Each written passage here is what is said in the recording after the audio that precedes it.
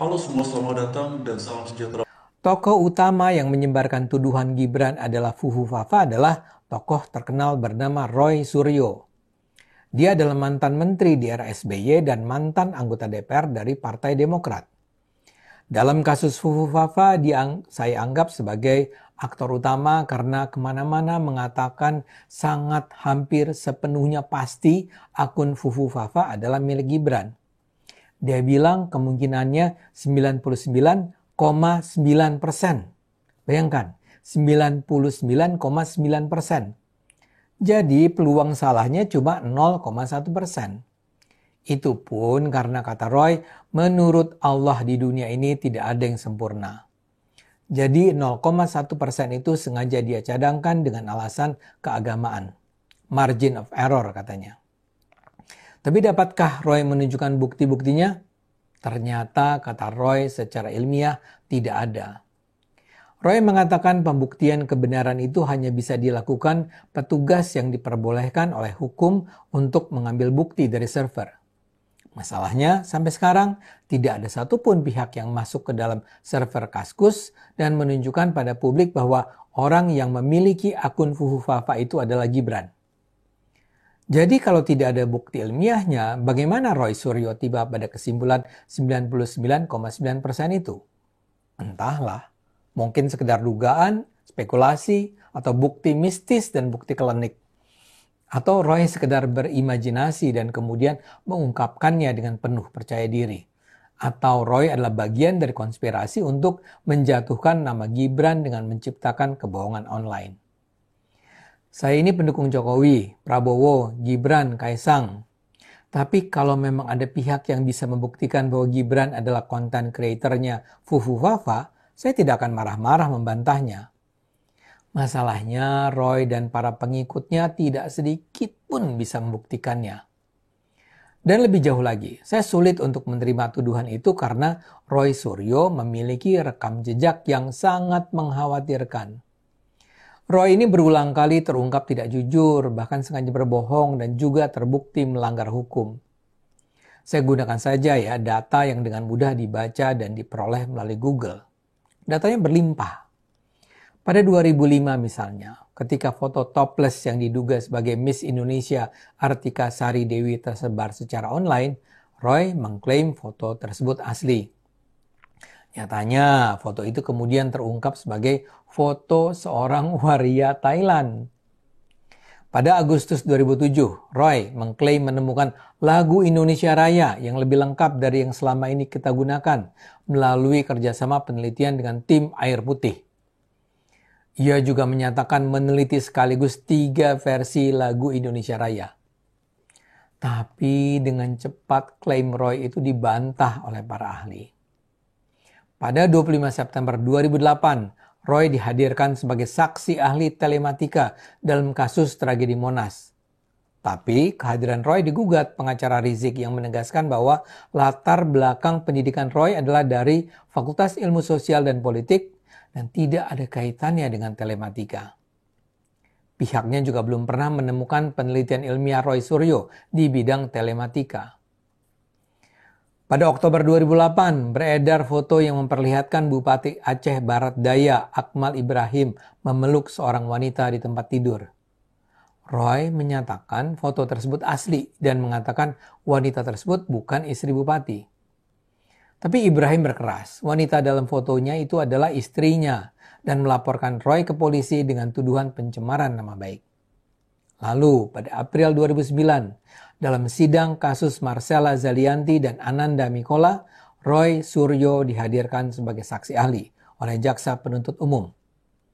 Tapi kesaksian Roy lagi-lagi dibantah oleh Ruby Alamsyah, analis forensik digital yang diajukan sebagai saksi ahli oleh O.C. Kaligis, kuasa hukum Ananda Mikola. Menurut Ruby, Roy tidak punya standar operasional sebagai seorang ahli telematika merujuk ke standar internasional. Dan hasil analisis Roy tidak valid dan tidak berkualitas sebagai barang bukti. Jadi bila demikian, siapakah yang merupakan pemilik asli dari akun Fufu Fafa tersebut? Sampai saat ini tidak diketahui secara pasti. Memang ada beberapa opini, ada beberapa gagasan yang mengatakan bahwa ini akunnya dimiliki oleh si itu, ini akunnya dimiliki oleh si ini. Tetapi sampai saat ini tidak ada bukti yang konkret yang menunjukkan bahwa pemilik akun tersebut adalah si A, adalah si B, ataupun adalah si C. Tapi Bapak Ibu semua, kawan-kawan sekalian, beberapa waktu belakangan memang pembahasan terkait dengan akun Fufu Fafa di ruang publik ini cukup ramai ya dibahas, dan juga ada banyak respons sebagaimana tadi sudah kita dengarkan bersama satu ulasan yang disampaikan oleh Mas Ade Armando sebagai bentuk responnya atas pernyataan yang disampaikan oleh Roy Suryo beberapa hari yang lalu yang membahas terkait dengan pemilik akun Fufu Fafa tersebut. Tetapi sebaliknya beberapa jam belakangan justru muncul beberapa opini baru ya yang mengatakan bahwa seperti misalnya di sini Roy Suryo tertawa dituding Intan Srinita pemilik akun Fufu Fafa. Nah ini dia ya. Jadi ramai sekali teman-teman ya. Ini sudah berlangsung sebenarnya sekitar 2-3 minggu ke belakang ya. Ini ramai sekali dan ini sudah muncul lagi yang baru ya. Ini kembali ramai dibahas di ruang publik terkait dengan Fufu Fafa, juga melibatkan beberapa figur ya, beberapa tokoh seperti Roy yang kemudian juga opininya memunculkan beragam reaksi. Lalu kemudian di sini ada langsung ya klarifikasi dari Intan soal tudingan akun Fufu Fafa milik Roy Suryo ya. Lalu kemudian juga di sini klarifikasi ya berita yang tidak benar Roy Suryo di Oke, teman-teman, ini beda ya, ini terkait dengan hal lainnya. Tapi mari kita lihat lagi di sini ya. Roy Suryo tertawa katanya ya, TikToker Intan Srinita ya sebut pemilik akun Fufu Fafa bukan Gibran ya, lantas siapa katanya.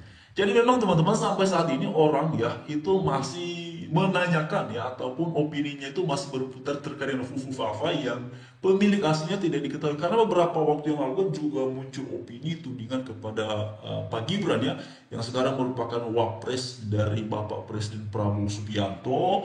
Karena akun ini kan dianggap ya dulu-dulunya itu sering sekali berkomentar terkait dengan Pak Prabowo Subianto, dan beberapa waktu belakangan muncul sekali ya gagasan opini yang memang tidak ada dasarnya teman-teman, tidak ada bukti konkretnya, tapi ya opini-opini yang berkembang itu katanya oh ini miliknya Mas Gibran katanya ya, tapi mengenai buktinya ya semuanya kembali kepada gagasan-gagasan, opini-opini ya seperti itu ya. Jadi ini memang ramai sekali ya di perbincangan beberapa waktu belakangan ini, dan juga muncul reaksi, muncul respon yang menganggap bahwa sebenarnya salah satu upaya ya untuk membuat gap ya jarak antara Pak Gibran dengan Pak Prabowo, karena kan beliau ini kan teman-teman sebenarnya dari jauh-jauh hari sebelumnya ya juga muncul gagasan-gagasan terkait dengan hubungan antara Pak Jokowi, Pak Prabowo, lalu tentu saja ada kaitannya lagi dengan Pak Gibran.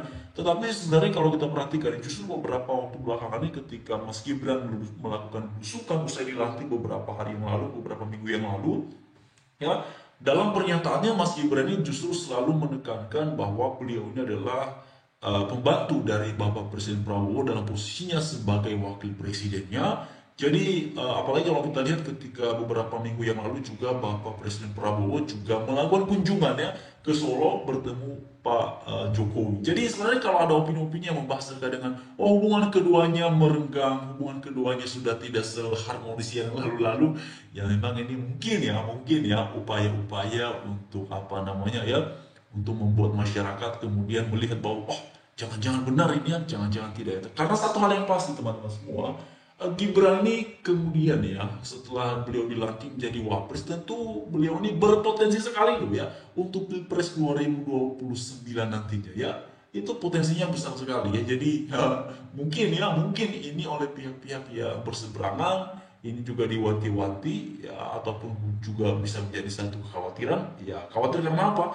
Ya namanya teman-teman kalau kita bicara mengenai politik ya tentu semua orang ingin berkuasa ya, tentu semua orang ingin menduduki posisi-posisi yang paling strategis di negeri ini ya. Jadi apalagi beberapa hari yang lalu ditambah lagi dengan adanya program dari Mas Wapres Gibran mengenai lapor Mas Wapres ya. Ini ada yang mengatakannya bahwa ini adalah sebuah kemunduran 30-an tahun ke belakang, tapi ada yang juga sebaliknya menganggap bahwa ini sebuah terobosan, ini adalah sebuah peningkatan layanan publik. Nah, bagaimana respon dari kawan-kawan semua? Tapi bagi saya mengenai program itu bagus-bagus saja ya. mengenai program itu, saya pikir itu sesuatu yang baik ya, tidak ada yang perlu dikhawatirkan dari program tersebut. Yang penting kalau itu bisa memudahkan masyarakat, kalau itu bisa memudahkan rakyat untuk menyampaikan aduan, kenapa tidak? Nah, kalau mengenai adanya opini bahwa ini hanya untuk pencitraan, ini hanya untuk membangun citra saja, pertanyaannya sebenarnya begini, memang adakah politikus di negeri kita yang kita cintai ini yang tidak ada membangun citra ya? Politikus mana yang tidak ingin citranya bagus ya? Politikus mana yang tidak ingin citranya baik di kalangan masyarakat? Kalau pada akhirnya program-program itu berdampak terhadap citra dari mereka yang melakukannya, ya itu kan dampaknya ya, dampaknya. Dan kalaupun tujuannya juga untuk membangun citra, ya silakan saja. Yang penting membangun citra melalui program ini dilakukan dengan sungguh-sungguh, dilakukan dengan baik dan memberikan dampak yang baik terhadap masyarakat. Bagi saya secara pribadi, mengapa tidak? Jadi silakan saja. Oke teman-teman.